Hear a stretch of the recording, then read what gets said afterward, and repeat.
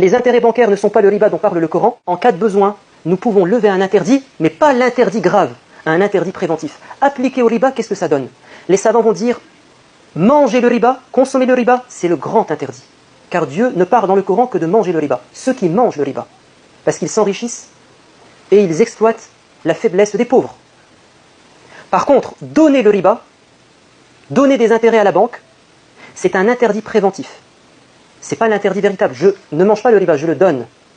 Donc ces savants vont dire, tes intérêts qui sont générés par ton épargne ou tes intéressements, tu ne les consommes pas. Donne à un pauvre qui meurt de faim. C'est un cas nécessité. Toi, tu ne manges pas. Par contre, donner le riba à la banque dans un prêt, pour l'achat d'une maison par exemple, tu peux le faire. Si tu es dans un cas de besoin, par exemple, ton appartement est trop petit, c'est très gênant.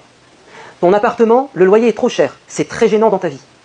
Par exemple, le quartier est trop chaud, il y a trop de problèmes, c'est dangereux pour tes enfants, tu es dans la gêne. Ou bien tu es en conflit avec tes voisins, ou bien tu veux accueillir tes parents chez toi, tu ne veux pas les laisser seuls chez eux, ou bien les mettre en maison de retraite, tu veux une grande maison.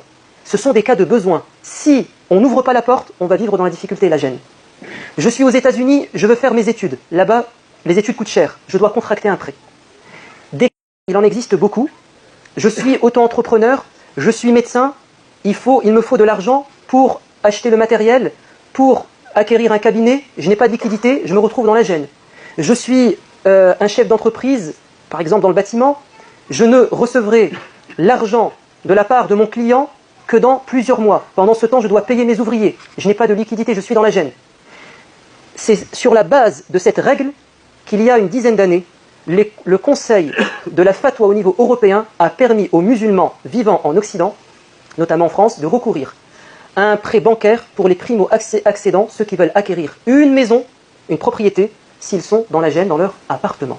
Ils se sont basés sur cette règle. C'est que le besoin prend le statut de la nécessité dans certains cas.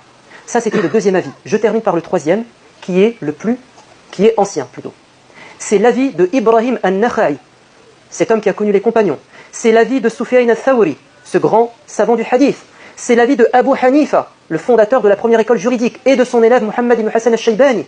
C'est l'un des avis qui est attribué par Ibn Taymiyyah au grand imam Ahmad ibn Hanbal. Qu'est-ce que nous dit cet avis? Il y a deux cas de figure. Si tu es dans une société musulmane, la finance est islamique, tu dois te soumettre au système financier. Le riba n'est jamais autorisé. Si tu te retrouves dans une société dite non musulmane, c'est-à-dire le système économique n'obéit pas strictement aux règles de la finance islamique, il ne t'est pas demandé de t'écarter des interdits qui concernent l'économie dans un pays musulman. Profite du système